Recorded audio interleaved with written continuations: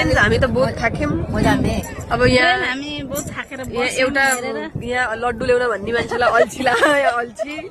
यहाँ पाइन्छ तिलको लड्डु लड्डु मिठा लड्डु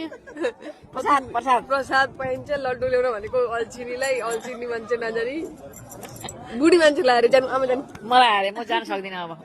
जान्न आमा तपाईँ लिएर आउनु जानु लोटे रेसु, लोड्छु के भन्न जान्छिस् दर्शकहरूलाई लोड्छु साथीहरूलाई ब्लग गरिदिनु मेरो चाहिँ यो ब्लग जया शर्मालाई ब्लग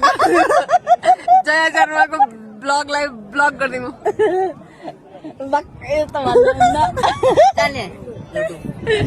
एउटा सेयर गरिदिनु ए मेरो भिडियोमा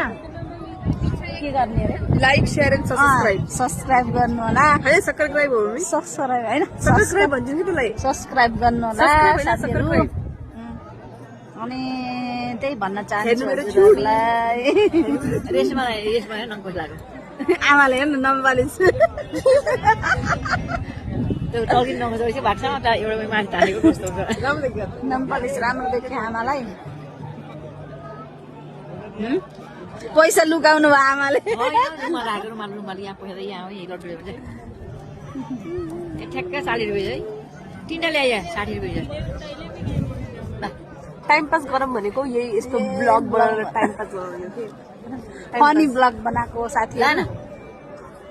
अरे खराब आमाले बहुत पैसा निकाल्नु भएको छ यहाँबाट तिनवटा लड्डु के खराब लड्डु खराब माने मान्नु हामीलाई के फरक पर्दैन यसो कि कसले पो हेरेर यो कसको पास पो गएर यो ब्लग